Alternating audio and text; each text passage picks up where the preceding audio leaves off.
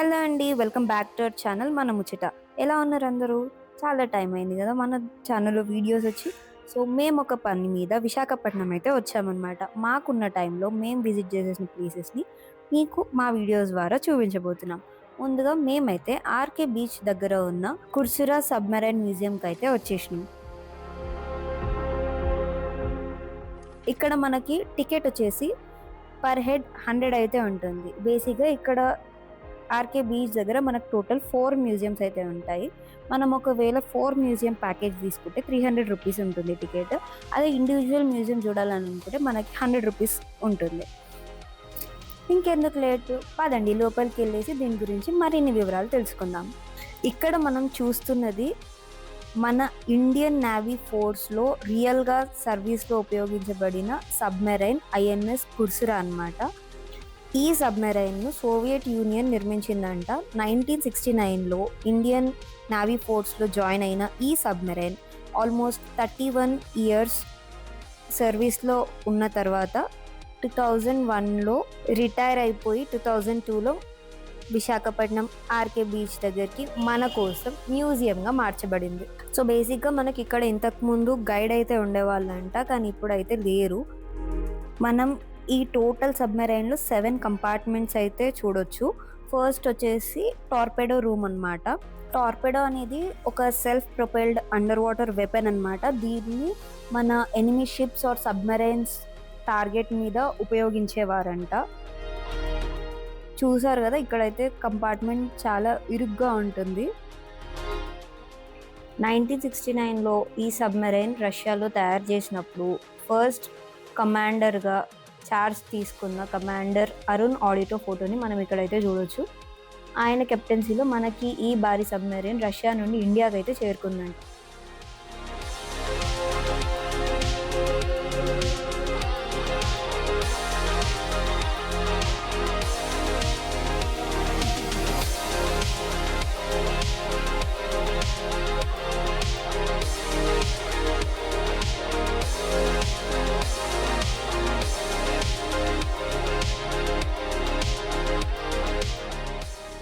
మనం ఇప్పుడు చూస్తున్నది సోనార్ రూమ్ అన్నమాట. సోనార్ అంటే సౌండ్ నావిగేషన్ అండ్ రేంజింగ్ అని అర్థం. అంటే మనకి సౌండ్ వేవ్స్ ద్వారా ఆబ్జెక్ట్స్ లొకేషన్ ని ఐడెంటిఫై చేసే సిస్టమ్ అన్నమాట. అండర్ వాటర్ లో మనకి లైటింగ్ అయితే ఉండదు కాబట్టి డిస్టెన్సెస్ లో ఉన్న ఆబ్జెక్ట్స్, షిప్స్ ఇంకా సబ్మెరైన్స్ ని ఐడెంటిఫై చేయనీకి ఇక్కడ ఉన్న active and passive sonar systems అయితే ఉపయోగించబడేవి. నెక్స్ట్ మనం చూసినట్లయితే క్రూ బర్తింగ్ ఏరియా అయితే ఉంటుంది. ఇక్కడ మనం చూడొచ్చు బర్డ్స్ అయితే ఉన్నాయన్నమాట, కానీ చాలా ఇరుగ్గా కంజెస్టెడ్ స్పేస్లో అయితే పెట్టారు. జస్ట్ ఒక పర్సన్ పడుకునేంత మాత్రమే ఉన్నాయి. సో నేవీ పర్సనల్ ఎలా ఇక్కడ సర్వైవ్ అయ్యేదో మనం ఇక్కడ చూడొచ్చు. ఇప్పుడైతే మనం మెస్ అండ్ డైనింగ్ ఏరియా వద్దకైతే వచ్చేసినాము. ఇక్కడ మనం చూడొచ్చు కొంతమంది సోల్జర్స్ అయితే ఫుడ్ తింటున్నట్టుగా అయితే డిస్ప్లే చేయడం జరిగింది. మనం హైట్ చూసుకున్నట్టయితే హైట్ కూడా చాలా చిన్నదే. ఒకవేళ హైట్ ఎక్కువ ఉన్న వాళ్ళ మెడల్ అయితే వంగిపోవాల్సిందే అన్నట్టుగా అయితే ఉంది ఈ ప్లేస్ అయితే. అసలు ఎలా అడ్జస్ట్ అయ్యే వాళ్ళు ఏంటో అసలు. Only limited space dining area ఉండడం వల్ల కొందరు తిన్నాక ఇంకొందరు వచ్చి తినాల్సి ఉంటుంది. సో సబ్మెరైన్స్ అండర్ వాటర్లో ట్రావెల్ చేయాలి కాబట్టి డీజిల్ ఇంజన్లని వాడడం అయితే సాధ్యం కాదన్నమాట. ఎందుకంటే డీజిల్ ఇంజన్లకి గాలిలో ఉన్న ఆక్సిజన్ అయితే అవసరం పడుతుందంట. అందుకని మనకి అండర్ వాటర్లో ట్రావెల్ చేయడం కోసం ఈ బ్యాటరీల మీదనే మొత్తం సిస్టమ్ని అయితే హ్యాండిల్ చేయాల్సి వస్తుంది. సో ఈ బ్యాటరీల నుంచి మనకు వచ్చే ఎలక్ట్రిసిటీతోనే మోటార్స్ అండ్ ఇక్కడ ఉన్న మిగతా equipments such as lights, communication systems, sonar system అన్నీ అయితే పనిచేసేవంట. అండ్ వాటి నుంచి మనకి వచ్చే వోల్టేజ్, టెంపరేచర్ అండ్ ఛార్జ్ని ఎప్పటికప్పుడు అయితే ఇక్కడ వెరిఫై చేస్తూ ఉండేవాళ్ళంట. అన్నీ దీని మీదనే డిపెండ్ అవుతుంది కాబట్టి battery can be called as heart of submarine.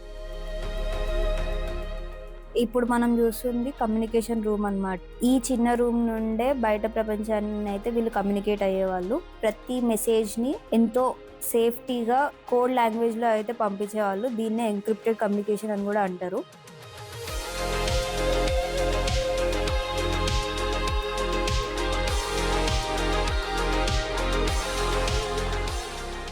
Storage food అయితే ఉంటుంది టిన్స్లో. ఎందుకనంటే అండర్ వాటర్లో అన్నీ దొరకవు కాబట్టి మోస్ట్లీ ఎక్కువ రోజులు నిల్వ ఉండే ఫుడ్ ఐటమ్స్ని తినేవారంట. ఎంత చిన్న ప్లేస్లో కుకింగ్ చేసేటోళ్ళు కనిపిస్తుంది. ఈ చిన్న కిచెన్లో మనకి ఒక వ్యక్తి ఇడ్లీ కుకింగ్ అండ్ వేరే ఐటమ్స్ కుక్ చేస్తున్నట్టయితే ఇక్కడ మనకి డిస్ప్లే చేశారు. అండ్ నెక్స్ట్ వచ్చి డీజిల్ ఇంజన్ రూమ్ అయితే ఉంటుంది. ఎప్పుడైతే సబ్మెరైన్ సర్ఫేస్ మీద ట్రావెల్ చేస్తుందో అప్పుడు ఈ ఇంజన్లు అయితే యూజ్ చేసేవారంట. సో ఆ టైంలో బ్యాటరీలని రీఛార్జ్ చేయడానికి అయితే టైం ఉండేది. బ్యాటరీలు వన్స్ పూర్తిగా రీఛార్జ్ అయిన తర్వాత సబ్మెరైన్ మళ్ళీ అండర్ వాటర్లో ట్రావెల్ చేసేదంట.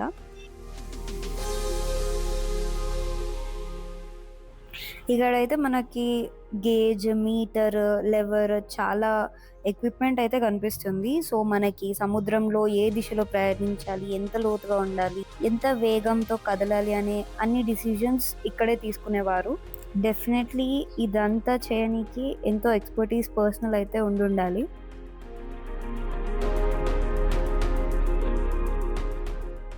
ఇప్పుడు మనం దీన్ని మ్యూజియంగానే చూస్తున్నాం కానీ మనకి 1971లో ఇండియా పాకిస్తాన్ యుద్ధం టైంలో ఇదైతే కీలక పాత్ర అయితే వహించింది.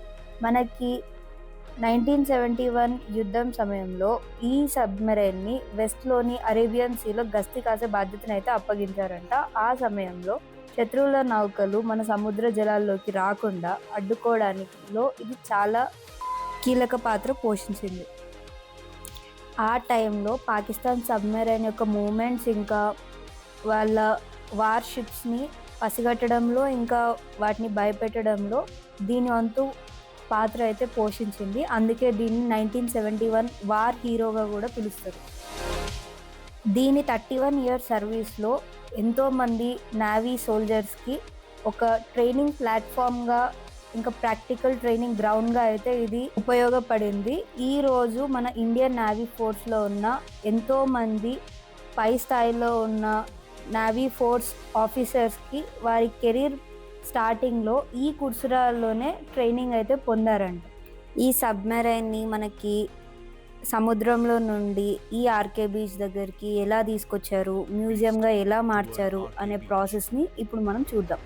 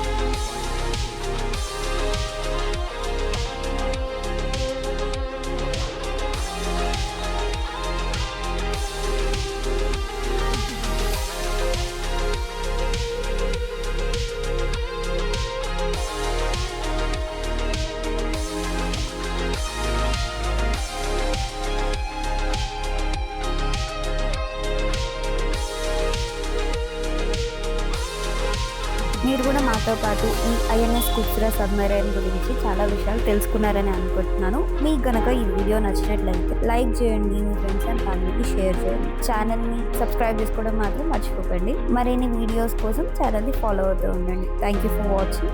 ఇంకో వీడియోలో మళ్ళీ కలుద్దాం.